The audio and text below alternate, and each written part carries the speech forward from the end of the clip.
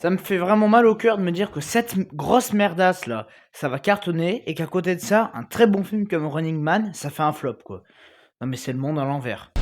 Pense à ce qu'on pourrait faire, toutes les deux. Bonjour à tous, c'est Tata Bros et aujourd'hui, bah oui, alors double vidéo parce qu'il y a la critique de Wicked partie 2, mais aussi de The Family Plan 2 qui est sorti hier sur Apple TV. C'est vrai que bon, Apple TV, c'est quand même pas la plateforme dont je parle le plus, mais bon, elle existe et de temps en temps, il y a 2-3 petits films. Donc voilà, vu que j'avais vu le premier The Family Plan, j'ai vu le second. Enfin, je l'ai déjà vu, je tournerai la vidéo après. Mais d'abord, voilà, on va faire le pire des deux, hein, parce que là, voilà quoi. Alors, je sais pas encore les chiffres au box-office de cette merde qui est Wicked partie 2, mais vu que le premier, ça avait fait plus de 750 millions, il me semble. Bon, enfin, je pense que celui-là fera minimum pareil. Enfin, à part si les gens se sont rendus compte que c'était de la merde, mais bon. Vous savez, on peut être surpris par tout et n'importe quoi de nos jours, hein. Et donc, bon bah voilà, hein, alors déjà, je n'avais pas du tout aimé la partie 1, allez voir, il y a la critique sur la chaîne, parce que ma chaîne date de septembre 2024 et la première partie était sortie en décembre. Donc il y a la critique sur ma chaîne, il y a et j'en parle aussi dans le flop film de 2024 puisque c'était mon flop 1. Voilà, donc je pense que rien qu'en disant ça, vous savez déjà ce que j'en ai pensé de la partie 1. Non, non, mais vraiment, c'était une catastrophe. Puis c'était long pour rien du tout. Et alors, là où je me disais que bon, j'allais pas voir un chef-d'œuvre avec cette partie 2, bah, il faut pas non plus être con. Je m'étais dit, ça sera quand même un peu meilleur parce que c'est censé être la fin, parce que c'est plus court, parce que c'est censé être le dénouement, donc il y aura peut-être un petit peu plus d'action. Il y aura moins de présentation de personnages, machin. Alors, donc c'est vraiment, voilà, je vous laisse débattre. Quelle partie est pire que l'autre? Voilà, c'est compliqué. Euh, je sais pas, je dirais peut-être la première partie. Ouais, peut-être la première, bon, je sais pas en fait. Les deux sont autant nuls les unes que les autres. Et en tout cas, donc maintenant je peux officiellement dire qu'avec cette partie 2, on aurait pu en faire un seul film en fait, de 1h30, 2 heures, au lieu de faire un total de 5 heures. Surtout que bon, ce film-là, Weekend partie 2, pour moi ça durait 2h15, pour moi je l'ai ressenti 6 heures, hein. Ah non, mais je me suis régalé, hein. Vraiment une folle envie de meurtre en sortant de la salle, mais je me suis régalé. Bref. Et alors, bon déjà c'est toujours réalisé par John Michu, parce qu'ils ont tourné les deux parties d'affilée. Donc John Michu c'est un réalisateur notamment de Insaisissable 2. J'allais dire Expandable 2, mais non, c'est absolument pas ça. D'Insaisissable 2. Et bon, bah, réalisateur de la super première partie, hein, qui était déjà pas terrible. Et bon, alors voilà, déjà, si vous cherchez du positif, partez. Je vais rien dire de positif sur ce film parce que c'est vraiment, pour moi, le syndrome de vraiment tout ce qu'il faut pas faire, mais qu'on fait quand même. Voilà, et je vais être honnête, il y a rien qui va dans ce film. Franchement, il y a des films, genre même Tronares, la musique par exemple était sympa. Superman, il y a peut-être une ou deux scènes, enfin une ou deux bouts de scène qui allaient à peu près. Là, ici, il y a strictement rien. Voilà, il y a rien à sauver. Vraiment, c'est le film pourri par excellence. Et d'ailleurs, c'était un peu le problème de la partie 1, c'est qu'il y avait rien à sauver non plus. Donc déjà, bon, c'est beaucoup trop long, hein, 2h20, ça aurait pu en durer 1h10, donc pour vous dire, je pense qu'on peut vraiment enlever la moitié, parce que bah, déjà, t'enlèves toutes les chansons, ça raccourcit bien. Et puis bon, pour moi, l'idée de le faire en deux parties, c'est une très mauvaise idée, parce que ça raconte absolument rien. Donc déjà, en faire un film, c'est une idée de merde, mais au moins, fais-le un seul film, qu'on se tape une purge une seule fois, et pas 45. Mais bon, surtout qu'après ce film, les studios Universal ont envisagé de nous faire Le Magicien d'Oz, une nouvelle version. Bah oui, bah, on a fait le préquel, maintenant faut faire Le Magicien d'Oz, quoi. Donc voilà, je le sens vraiment pas très très bien. Alors, je ne saurais même pas quoi aborder d'abord, parce qu'il y a tellement rien qui va que... Alors, on va commencer par l'aspect visuel. Bon, les effets numériques sont immondes, voilà. Et là, on dit, ah, tu chipotes, parce que je sais, il y en a plein qui me disent ça. Sur le traîneur de Vaiana: «Non, mais c'est pas si moche, gna gna gna, gna gna ni». Je suis désolé, moi je pense honnêtement et je dis pas ça contre les gens qui me disent ça, je pense qu'on a trop l'habitude de ces effets numériques dégueulasses et je pense qu'on s'est habitué à supporter ce type d'effet numérique en disant que c'est beau alors que c'est moche. Sauf que moi, c'est pas du tout mon cas. Donc voilà, enfin, je suis désolé, moi, c'est pas tolérable. Puis bon, ici, les fonds verts, tu les vois à 20 kilomètres. Les animaux, ils sont moches comme pas possible. Enfin bon, là-dessus, j'ai peut-être vu pire en termes d'effets numériques, mais ça reste quand même pas très très jojo. Donc bon, déjà là, ça passe pas. Tout l'aspect artistique, on va dire, le choix des alors bon, déjà, tout ce qui est costume, franchement, le gars en charge du costume, faut qu'il donne sa démission, hein. Faut vraiment part à la retraite, fais autre chose, mec, parce que c'est juste immonde. Non, mais bon, je pense que ça doit être le même costumier que des super productions comme Madame Web ou encore Blanche-Neige, hein. Non, mais j'ai pas d'autre solution. Voilà, désolé. Donc bref, donc voilà. Alors puis alors, c'est vraiment alors c'est un film qui se veut, à moitié féministe en mode: «Ouais, mais nous les femmes, on a besoin de rien», mais elles s'habillent comme des poupées Barbie, quoi. Non mais voilà, donc là, c'est pur cliché. Alors la méchante, elle est habillée en noir parce qu'elle est méchante. Puis bon, la gentille, elle est habillée en blanche ou rose parce qu'elle est gentille, hein, voilà. Enfin non, quoi, faut vraiment arrêter les conneries. Puis alors bon, niveau maquillage, c'est pas forcément très, très bon, là non plus. Enfin, tout l'aspect artistique ne marche pas. C'est-à-dire, c'est en fait, ils veulent tellement faire un mode bisounours que ça en devient dégueulasse, en fait. Voilà, on veut tellement te rendre ça tout beau, tout gentil, tout propre, qu'en fait, ça fait trop fake et que tu n'arrives pas à rentrer dedans. Enfin si, peut-être que des gamins y arriveront, mais je pense qu'à partir de 10 ans, tu peux plus, quoi. Donc, déjà ça. Ensuite, je parlerai pas du jeu des acteurs catastrophiques. Voilà, arriver à faire mal jouer Jeff, Goldblum, faut être fort, quoi, hein. Puis bon, Jonathan Bailey, bah, il joue mal aussi. Bon, enfin, les 2 héroïnes, là, c'est pas des actrices déjà, donc bah, enfin, Ariana Grande, c'est pas une actrice, hein. Oui, allez-y, tapez-moi sur la gueule, mais c'est pas une actrice, c'est une chanteuse. Une chanteuse n'est pas actrice. On l'a vu, on l'a vu, on l'a revu. Lady Gaga, ce n'est pas une bonne actrice. Voilà, je dis pas ça pour être méchant, elle fait des super bonnes chansons, j'ai pas de problème avec ça. Ariana Grande, je sais pas, j'écoute pas trop ses tubes, mais de ce que j'ai vu, elle chante bien. D'accord, très bien. Mais en fait, non. Voilà, c'est pas des actrices. On l'a vu dans Joker Folia 2, Lady Gaga a joué super mal. Bon, ben ici, c'est pareil. De toute façon, elle est là que pour pousser la chansonnette. Et en termes de jeu d'acteur, elle a ces gros yeux globuleux dégueulasses que t'as l'impression que ça sort de la série V, sans déconner. Mais encore V, c'était pas comme ça. Enfin, non, voilà. En fait, elle a une tête de mongole dans la série. En fait, enfin, dans le film, c'est ça. Dans le film, tous les personnages, ils ont des têtes de mongols. Tu sais, enfin, je sais pas. Ça me leur tête, c'est presque les nains de Blanche-Neige, quoi. Ah oui, on va loin, hein.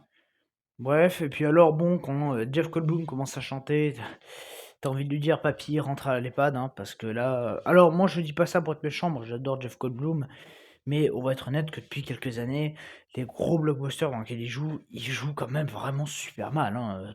Thor, Ragnarok, Independence Day, Resurgence, Jurassic World 3, les Wicked, non mais j'ai envie de dire: «Écoute gros, arrête ta carrière quoi». Moi j'adore Jeff Goldblum, franchement c'est un super acteur, mais là, ça me fait de plus en plus mal au cœur de me dire que quand il est à l'affiche d'un film, presque il faut pas y aller quoi. C'est triste, c'est déplorable. Donc bref, passons là-dessus. Donc bon voilà et puis même de Jonathan Bailey, il joue super mal ici.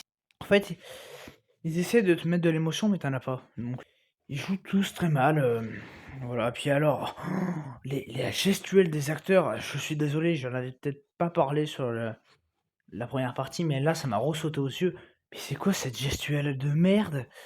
Genre alors, bon, l'autre, c'est une fille, donc tout le temps, même en combat, je le vois, elle penche la tête comme comme une teubée, en fait, pour s'en mettre les cheveux d'aplomb. Mais je sais pas, tu prends ta main, tu les remets d'aplomb, tes cheveux. Enfin, personne fait ça dans la rue. Ah, bonjour.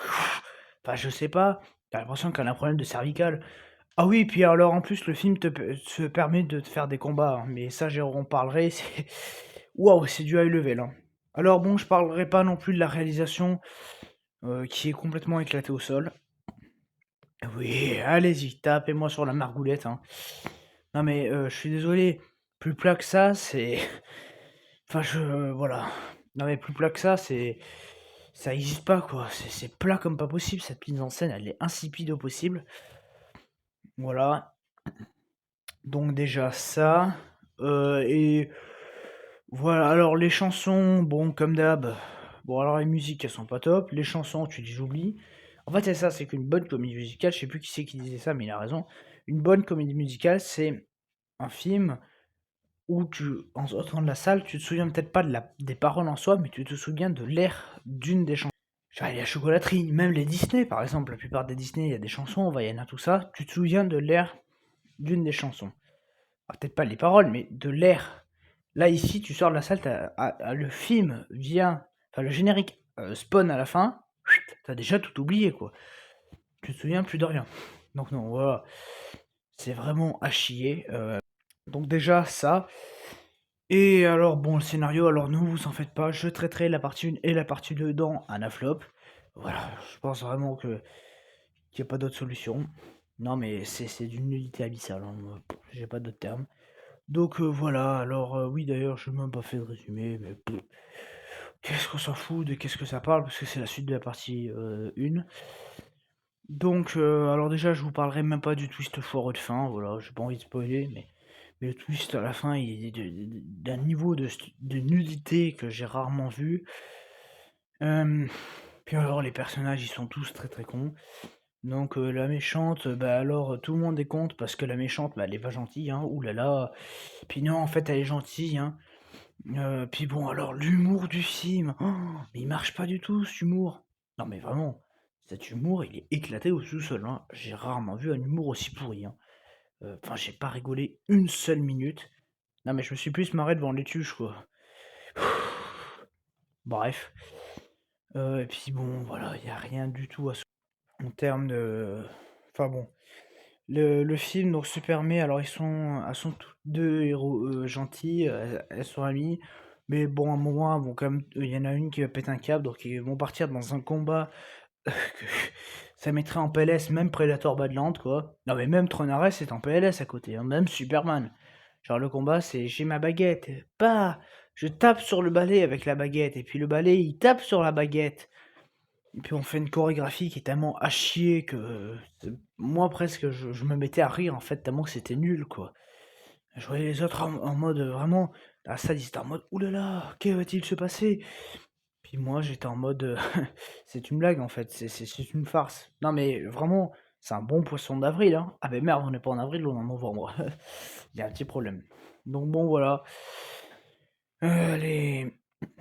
Les relations, alors aussi, alors le prince, alors je t'aime, en fait je t'aime pas, j'aime l'autre, et puis oulala, je t'aime, machin, gna gna gna, puis enfin bon voilà, c'est éclaté au sol, les espèces de. On essaie d'initier le magicien d'Oz, enfin les personnages du magicien d'Oz, on essaie de te les créer ici. Bah.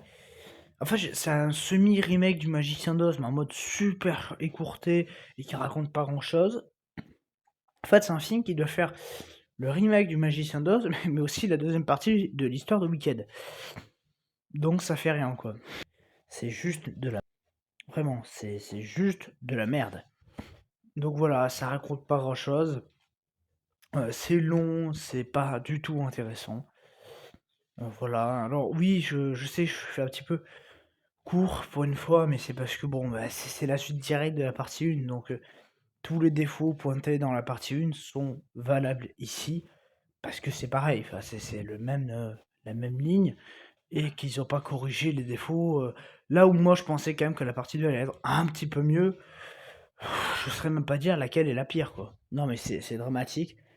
Donc voilà, puis bon, les dialogues, ils ont été écrits par un gamin de par un gamin de 2 ans ou alors un scénariste qui a écrit ça aux chiottes, enfin j'ai pas d'autre solution, quoi. Non mais il a écrit ça sur du PQ ou alors dans un cauchemar, il a eu ça, il a dit: «Oh putain, j'aimerais bien faire un film de mes cauchemars» et puis voilà. Enfin, j'ai pas d'autre solution, quoi. Donc voilà. Les décors aussi, les décors, c'est 3 décors en boucle, en boucle, en boucle. Alors pareil, t'es le magicien d'Oz.